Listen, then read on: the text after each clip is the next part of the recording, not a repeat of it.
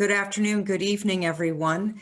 My name is Tara GIUNTA. I'm with the law firm of Paul Hastings, and I'm very pleased to be moderating this panel on a really critical issue, and that is with regard to environmental, social governance, and human rights.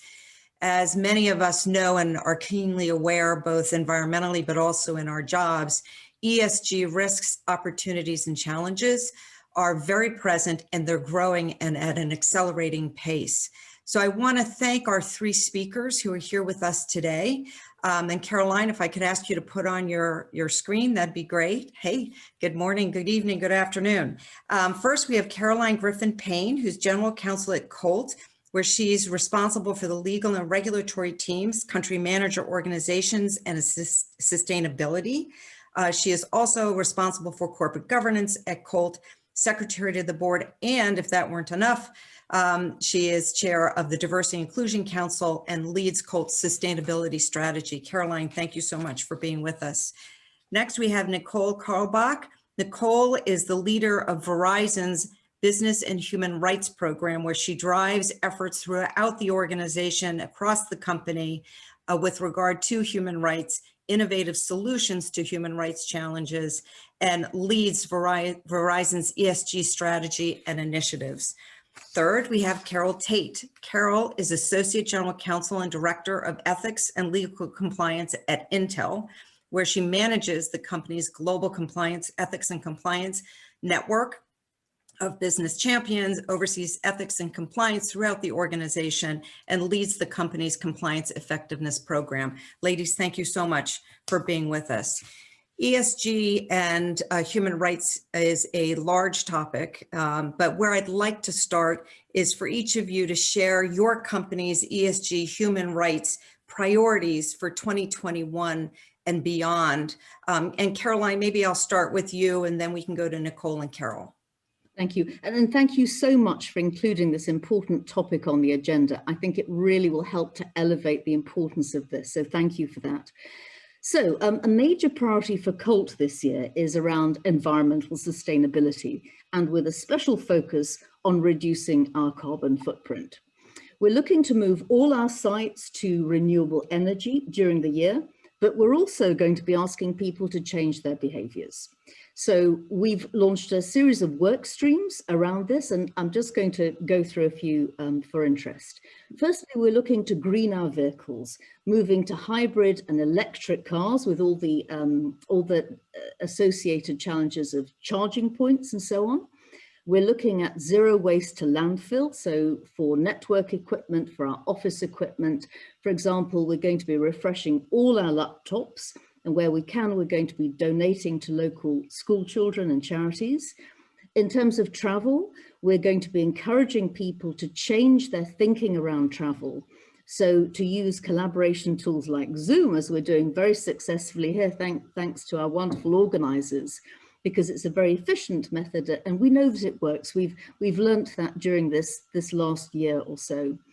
And if we do choose to travel, then we would be inviting our people to offset so that we are neutral for travel.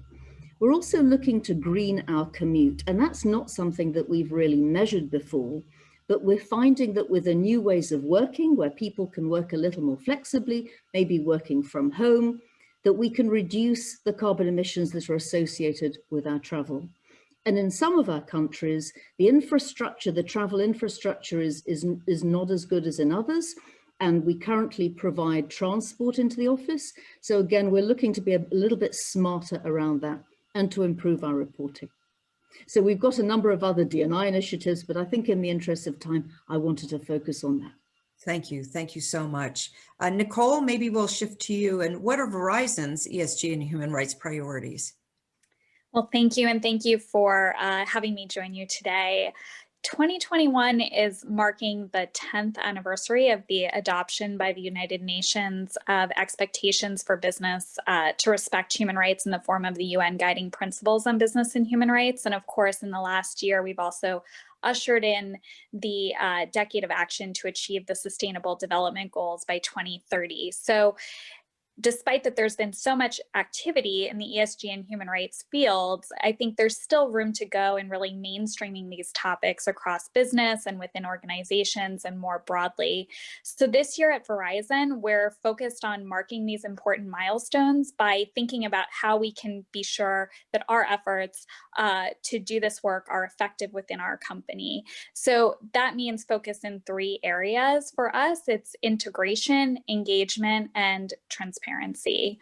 In terms of integration, within the last 2 years, we've established a dedicated ESG group that works to coordinate and strengthen our ESG policies and oversight. And then within that, a core business and human rights program, or the BHRP as we call ourselves in Verizon, which is what I lead. And the BHRP really provides centralized leadership and guidance on the ways our core business decisions, strategy, operations, and services are intersecting with human rights issues, including issues like privacy, free expression, and the right to be free from discrimination. So on the integration front, we're really looking to be sure that we're considering ESG and human rights issues as we innovate. On the engagement front, we're focused on being sure that we're developing deep relationships both inside our company and also outside our company, so we can keep a finger on the pulse and an understanding of where critical issues are going to intersect with our core business and how we should be setting ourselves up to manage those issues and to be able to show leadership on them and to understand how we're contributing to them. And then finally, on the transparency front, we know that we need to be thinking about our reporting and our disclosures in order to build trust in our efforts and trust in our business. So we're continuing to enhance our transparency as it relates to a variety of things, including our climate goals, as Caroline was just talking about. Of course, this is a really important area right now. So in 2021, that's really where we're focused, and we want to meet some of the external discussion around these topics with our actions. Great, thank you, thank you. And Carol, what about Intel? Well, for Intel, for this year and beyond, we've set some ambitious goals and made certain strategic investments that align with our corporate purpose, which is to create world-changing technology that enriches the lives of every person on Earth. So consistent with this purpose, we've established what we call our 2030 RISE strategy, R-I-S-E. And this RISE framework is really intended to recognize a new era of corporate purpose. It's designed to raise the bar for us in our supply chain and industry for a more responsible, inclusive, sustainable world that is enabled through technology and through our collective actions. And that extends to how we think about product responsibility and the impact that technology can have on human rights around the world.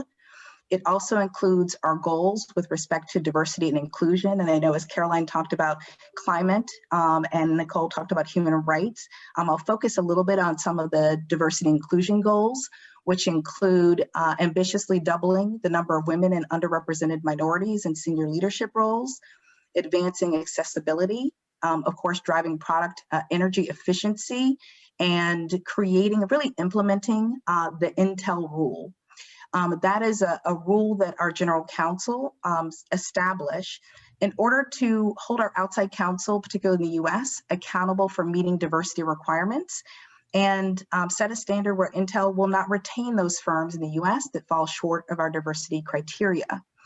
In the area of human rights, we took it upon ourselves, it wasn't a legal requirement, but we took it upon ourselves about a year ago to augment our global human rights principles, public-facing human rights principles, to add a standard that where we become aware of a concern that a third party is using our products to violate human rights, we will restrict or terminate business with that third party until such time as that's not the case, or we have sufficient evidence and high confidence that that's not the case.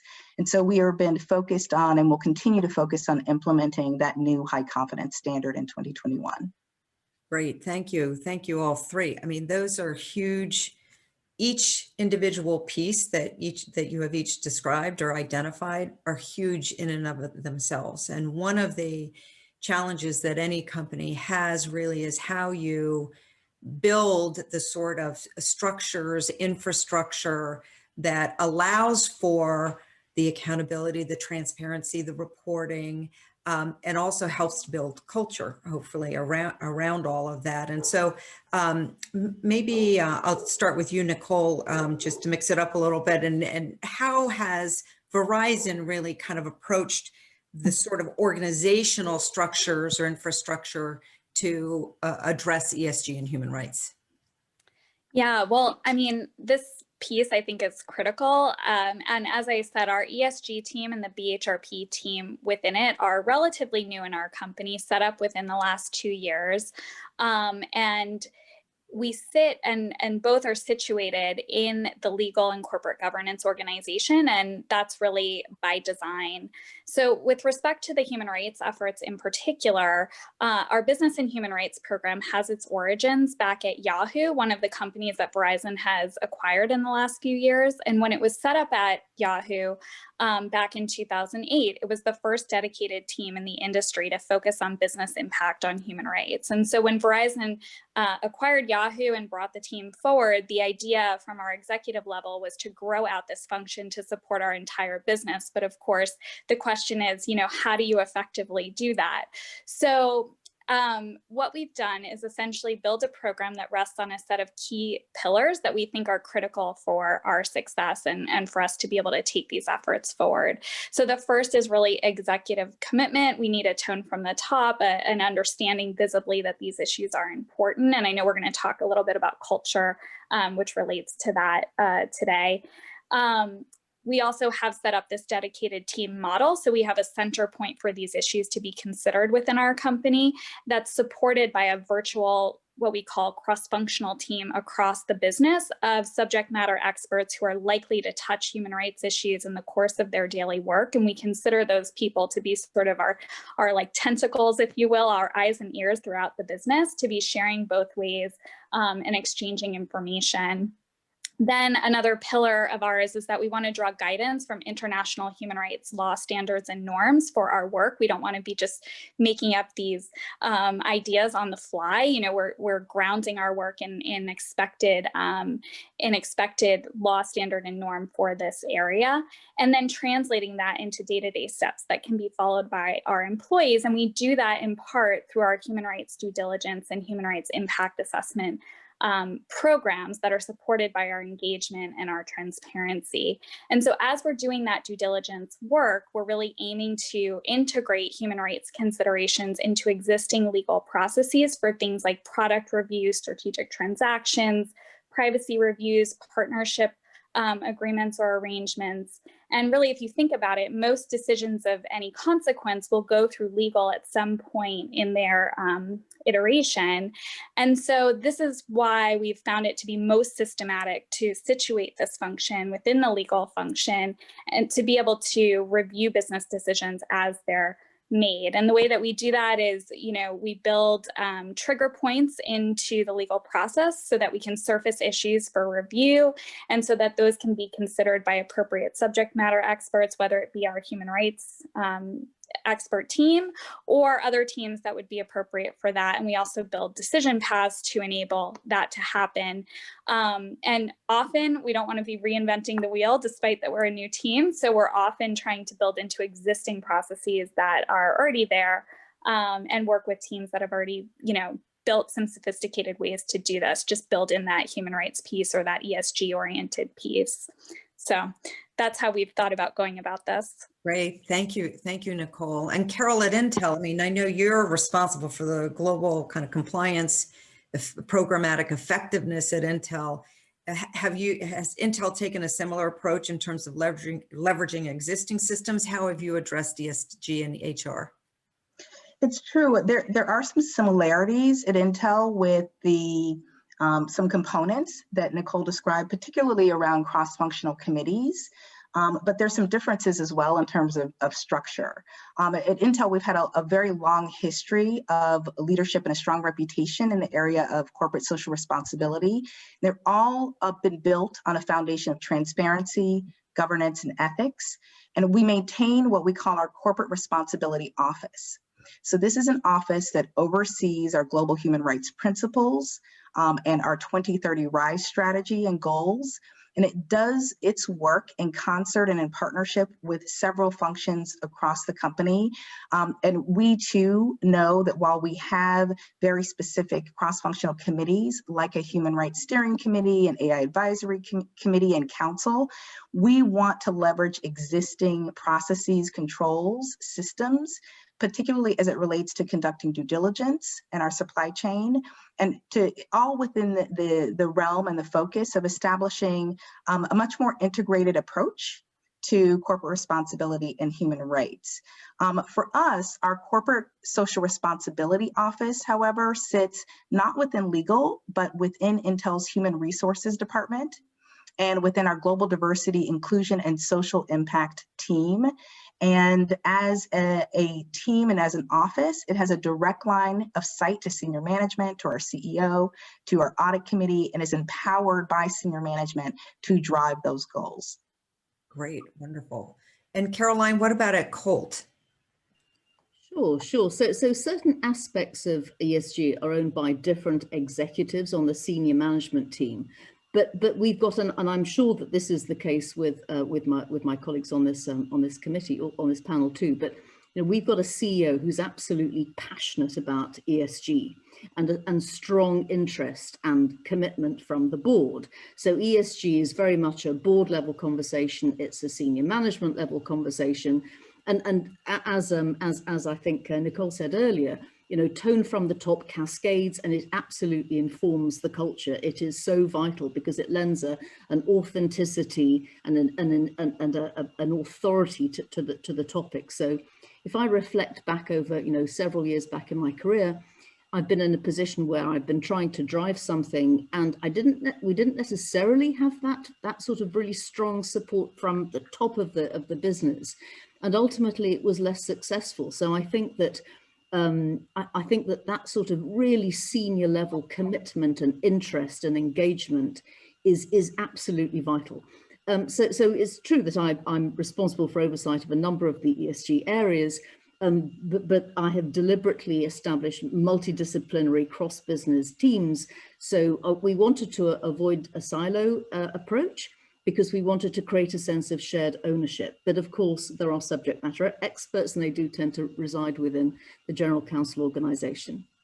Okay, interesting. And you've all touched upon it, this whole really building a culture that is where you really embed ESG and human rights into the very fabric of your companies and the people, because after all, companies, right, they're actioned by the individuals. And Carol, you noted that Intel has really a long history in terms of corporate social responsibility. Can you tell us a little bit about that journey in building culture, and then maybe the other panelists can chime in from their perspective as well? Sure, of course. Well, it's interesting. Over the past couple of years, we've been on a cultural journey and transformation, all really led and started by Bob Swan, our current CEO. And what he said in talking to his peers and thinking about the future of Intel, and we continue to change and morph and improve. But what he said was, we really need to make sure that we have a cultural alignment, whether it's at the edge or at headquarters, to make sure that we are operating as one, and ultimately that we are, when we think about ESG and we think about human rights and we think about how integral we are with our customers and their success, how we are actually executing on our deliverables. And so that cultural journey has included operating as one Intel, driving transparency in our operations and accountability in our operations and supply chain, being fearless to develop innovative solutions that really challenge and change significant problems that we face in our ecosystem, being inclusive as we think about the teams that we develop and the customers with whom we work and partner, and being obsessed with our customers' needs. And so it's these cultural values that have been driven, starting from our CEO down through the organization and globally, that's really aligned with our human rights principles and how we think about executing our work. And so that's translated as well into decisions that are made and even contemplated with respect to existing work and new business opportunities. And so those partnerships with our business across functions have been invaluable because business decisions are being made through an ethical, a human rights, and a social responsibility lens. And I think that just makes us a stronger and better company globally. Yeah, great. Thank you. And maybe I'll shift to Caroline, because Caroline, by your description, it sounds like Colt has been more recently, over the last couple of years in particular, focused on this, on ESG and human rights, and so kind of maybe a bit earlier in the journey of building culture, really embedding it all into the fabric of the company. How have you approached building that kind of culture? Right. So we reward behaviors that support our values, and our values underpin ESG. It's at the same time, we have we have a great code of conduct that sets out ESG imperatives, and there are consequences if people exhibit behaviors that do not support the right values. So I think it's important to have that approach too, have a balanced approach. Similar to Carol, every project that we start, right at the inception, we consider these points. So we consider the impact on our wider stakeholder community and on the environment. And all business decisions that are made at the board will consider these factors, and that will be documented. So that is part of our decision-making process. Great, thank you. And Nicole, yours was a bit different, right? You came from Yahoo and kind of pulled over, it sounds like, but pulled over an approach to ESG and human rights to embed it in the Verizon organization. Is that a fair observation? Yeah, in doing this work, we have built on a history that also already existed at Verizon. So Verizon's had a human rights statement, for instance, since 2009 that we've been able to, embrace and grow with as we've built out this function. And in addition to that, Verizon has its own credo that really guides the actions of everyone in the company. Most recently, as we're doing this work, our CEO is very passionate about how we contribute to all of our stakeholders, including shareholders, but also employees, customers, and society. And we have a corporate purpose as well, which is to create the networks that move the world forward. And as we do that, we want to be thinking about how we move the world forward for everyone. So that really is kind of where we begin with all of our different conversations. And as we do our work in the human rights program, our work is overseen by our executive level and also our board in the form of our Corp Gov and Policy Committee. So these issues are certainly getting attention from that level of our company and being overseen in that way. And then that sort of, tone from the top, that purpose statement, that trickles down into the work that all employees really should be doing. But at the same time, culture also has to be cultivated. And so within our team, we are focused on how do we make this type of work accessible to our employees. And so we've done that in the form of whether it be trainings or information sharing sessions, learning programs. We really want to make these concepts, which can be really kind of high level, translate down into the day-to-day. Thank you. And that touches upon, and all three have touched also explicitly upon the issue of accountability, right? And needing to build culture, but holding your company, your employees, your suppliers, vendors accountable. And Carol, you talked about even in terms of your third parties, right? And if they terminate relationships, right? If they violate your standards. Can you talk a little bit, maybe I'll start with you, Carol, since you had raised that, about that accountability and supply chain, customers, that whole, and Intel itself in terms of accountability? Sure. I think as we transition from really a PC-centric business to a data-centric business, we think about what our core is. And at our core, we've got highly skilled engineers, we've got experts, other professionals. They're all driven by innovation, ambitious goals, metrics, measures, right, and accountability. And so we think about what goals and what goals that we need to set, and how do we measure ourselves and our company and our third-party business partners against those goals and track them. So with respect to our supply chain, there are, through contracts and through our agreements and our relationships with our suppliers and vendors and distributors, we set expectations that are publicly available. We provide training for those third parties. And where some may fall short in the course of any given year, there is not an automatic termination or restriction of that business, but it is a way in which, in a process whereby we work with that third party to help to remediate and identify those areas and gaps that need to be shored up. And if in fact a supplier or a third party cannot meet those expectations, then there is a change in the business relationship. And we've been very public about reporting that process, as well as those suppliers that have not met those expectations in our corporate responsibility report. Great. Thank you for that. And Caroline, at Colt as well, both suppliers but internal accountability. I know a couple folks, panelists mentioned, really holding employees, officers, everybody accountable in the whole HR, human resources context. Tell us how Colt is addressing that. Sure. And I should add that we've also included, for example, hard targets around gender diversity within the long-term incentive plan for senior managers.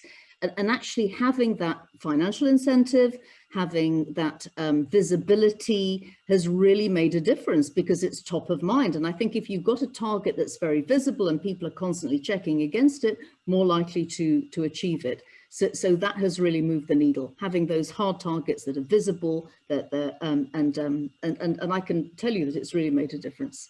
Yeah, and that's interesting, because we're even seeing that, for instance, the growing acceleration of focus on standards and metrics, and both at the regulatory agencies as well as at companies. And Nicole, what about at Verizon? Do metric standards, what about accountability? How does Verizon approach that? Yeah, so I mean, accountability, when I was laying out our pillars earlier of our human rights program, it is one of our key pillars, because we don't want people to have to just take our word for it that we're doing this work. We've tended to think about it in terms of both assessment and also transparency. So first, of course, we have our program to conduct human rights due diligence and to conduct human rights impact assessments. We're one of the few companies that has actually published our process for conducting human rights impact assessments. So that's one way that we can kind of show what we're doing in that type of an exercise for folks to be able to see. In addition, we've submitted parts of our business to outside assessment on to look at how we're living up to our human rights commitments. One of those examples is through the Global Network Initiative, which is a multi-stakeholder organization in the tech sector that looks at privacy and free expression.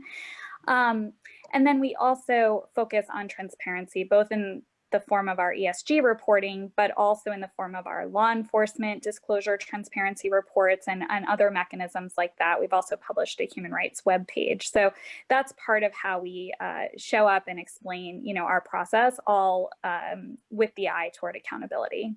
Right, and that whole focus, as you've all touched upon, transparency as well, right? Being transparent about what your values are as companies, your mission, your objectives, setting it out there and holding yourselves accountable to it.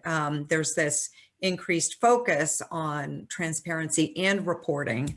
We're seeing a lot more forward movement in that area as well. And I guess, Caroline, I'll just shift to you for a quick minute. I know we're almost at time, but does Colt also kind of transparently put out there in terms of reports on your website about your whole ESG and human rights goals? We do. As a matter of fact, over the last several months, we've seen a massive increase in the number of requests that we're getting from customers, both in terms of the number of requests and the detail that they're looking for. So only last week, I had something from a large accountancy firm in Germany, 10 pages, 10 questions on each page. So we're actually developing a really comprehensive customer questionnaire that sales can use that will be updated dynamically and in local language, because we operate in 7 different languages as we progress through our initiatives. But we've also got an objective to improve our external reporting and including on sites like EcoVadis, you're probably familiar with it, which is a sort of an ESG rating platform. Yeah, exactly. And Carol, what about at Intel? Where do you see some of the kind of, because you were talking about also focusing on usage of your technology. And I think that the audience here would be very interested also in that, right? So the question of accountability, how far does it go if you have customers who may be taking technology and using it for a purpose that is contrary to your mission and values as a company? That's a thorny topic. Have you had to address that? We have, and we've seen both our institutional investors, governments, our employees, other key stakeholders increasingly demand transparency, visibility into corporate integrity, like show how your integrity plays into your business decisions, show how that shows up with your corporate purpose, and be accountable for it. So we've even seen some investors say that they expect companies to focus not only on profits, but also on purpose, that those two things, those concepts are not inextricably linked, right? There's a direct tie with them. And with respect to our global human rights principles and our product responsibility and the high confidence standard that I talked about a bit earlier, we have made some very difficult decisions, and those decisions have been driven by how we think about our ethics, how we think about our role in playing in the responsibility and as a responsible and accountable public and global company. And we've made some decisions that are not necessarily profitable, right, for the company. And we've had senior leadership all the way up to our CEO and our audit committee of our board of directors that have stood by those decisions. And so it's really important for us to let our values really drive how we show up in the world and for our communities, and to work with our customers to truly understand that and how it will affect our business going forward.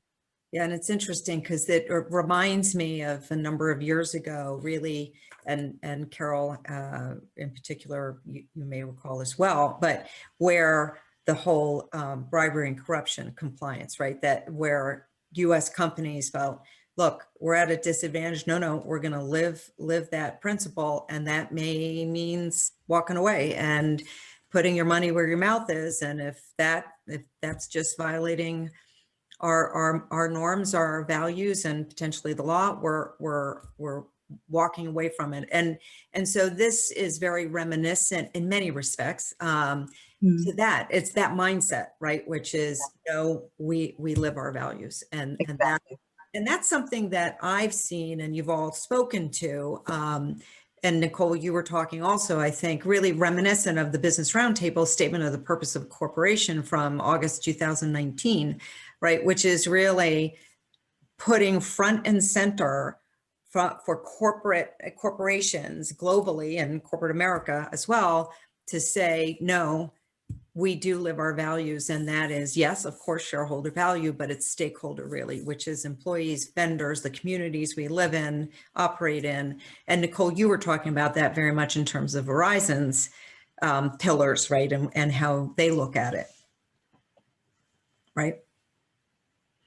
So one thing that I do, and then Anna Marcia, I think we're at time, so I want to just first of all make a couple of observations. I mean, each of you have talked about really the challenges of ESG, environmental, social governance and human rights, but also the opportunities that this provides. Because what you really validate or communicate is the fact that this is also really consistent with your brand, your reputation, your employee engagement, your customer engagement.